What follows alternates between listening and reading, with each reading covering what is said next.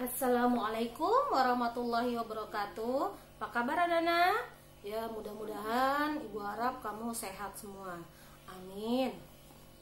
Oke, kita akan belajar tematik tema 9, sungguh kayanya negeriku. Subtema 2. Yang kita bahas adalah bahasa Indonesia. Sebelumnya, coba tolong kamu buka halaman 102. Teks manfaat minyak bumi untuk kehidupan manusia. Sudah? Oke, yang akan kita bahas adalah tentang mencari gagasan pokok dan gagasan pendukung dari setiap paragraf yang ada di dalam teks.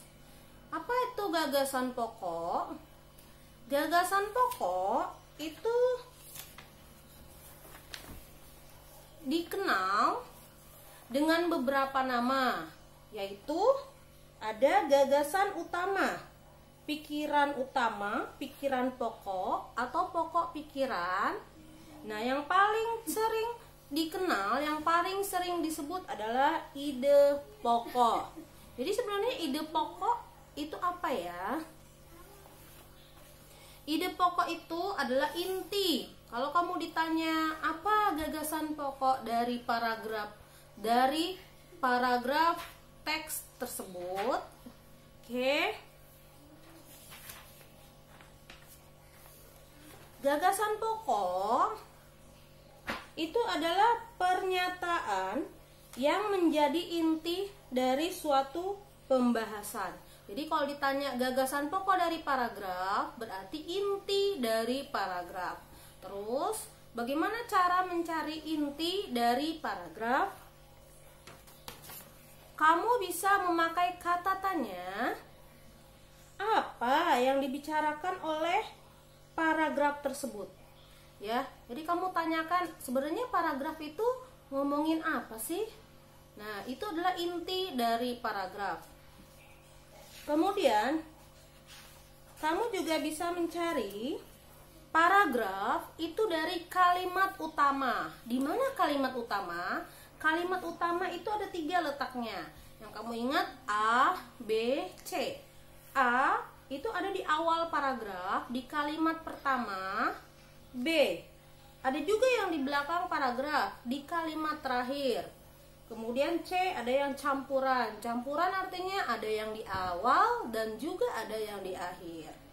Oke. Kalau untuk kelas 4 SD, Ibu rasa yang kamu perlu perhatikan adalah yang A, di awal paragraf. Di mana di awal paragraf? Itu kalimat pertama.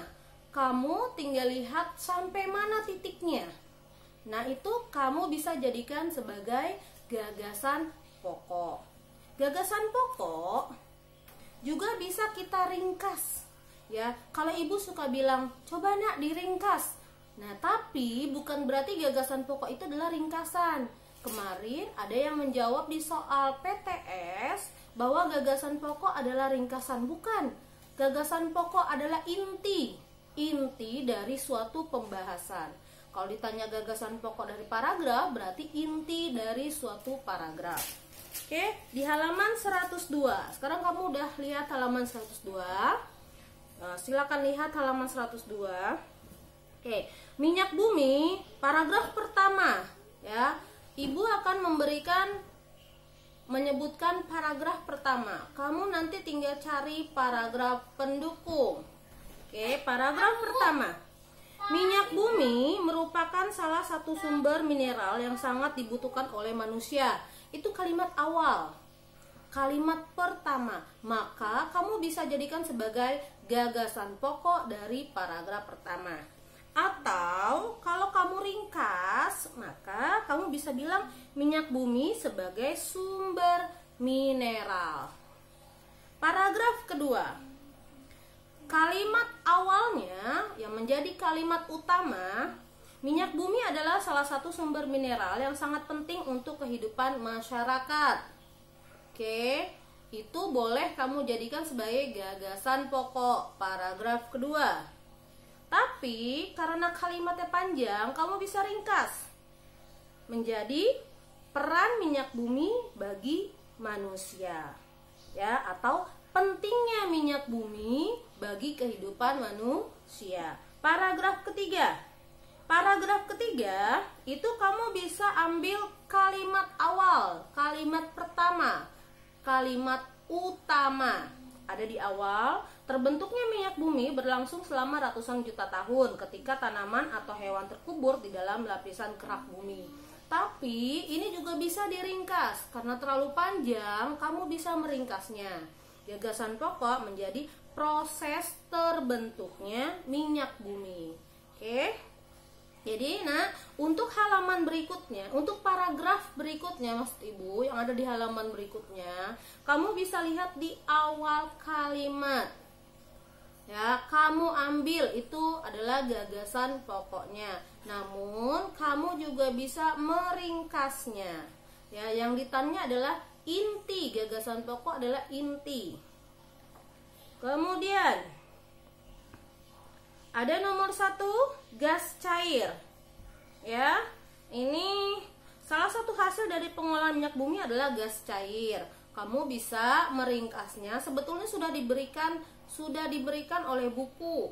Buku sudah memberikan gagasan pokoknya, yaitu gas cair atau hasil pengolahan minyak bumi berupa gas cair. Nah, pada halaman yang berikutnya, paragraf berikutnya, itu buku juga sudah memberikan subjudul. Subjudul ini sebenarnya inti dari pembahasan paragraf. Kamu bisa menjadikan subjudul ini sebagai gagasan pokok. Atau kalau kamu masih bingung, kamu ambil saja gagasan pokok dari awal kalimat, ya, kalimat awal. Caranya sampai mana? Kamu lihat sampai mana? Sampai titik. Lihat kalimatnya, dicari sampai ketemu titik. Sekarang gagasan pendukung. Yang kamu kerjakan adalah halaman 107. Oke, 107. Sekarang gagasan pendukung. Bagaimana kamu mencari gagasan pendukung? Gagasan pendukung itu kamu bisa cari dari info lain yang penting. Nah, pada pembelajaran yang lalu kamu sudah sering kali disuruh untuk mencari info lain yang penting. Nah, info lain yang penting atau pendukung dari gagasan pokok itu kamu bisa tulis di sini. Oke, sebagai gagasan pendukung. Berarti kamu bisa lihat ada di kalimat kedua, atau kalimat ketiga, atau di kalimat keempat. Ingat sekali lagi, kalimat itu disampai titik. Kalimat sampai titik. Sekali lagi, kita ulang, gagasan pokok. Gagasan pokok adalah inti dari suatu pembahasan. Oke, gagasan pokok bisa disebut juga dengan ide pokok. Pokok pikiran, pikiran pokok, gagasan utama. Ya, sampai sini dulu Nana. Semoga bermanfaat. Ma'assalamah. Assalamualaikum warahmatullahi wabarakatuh.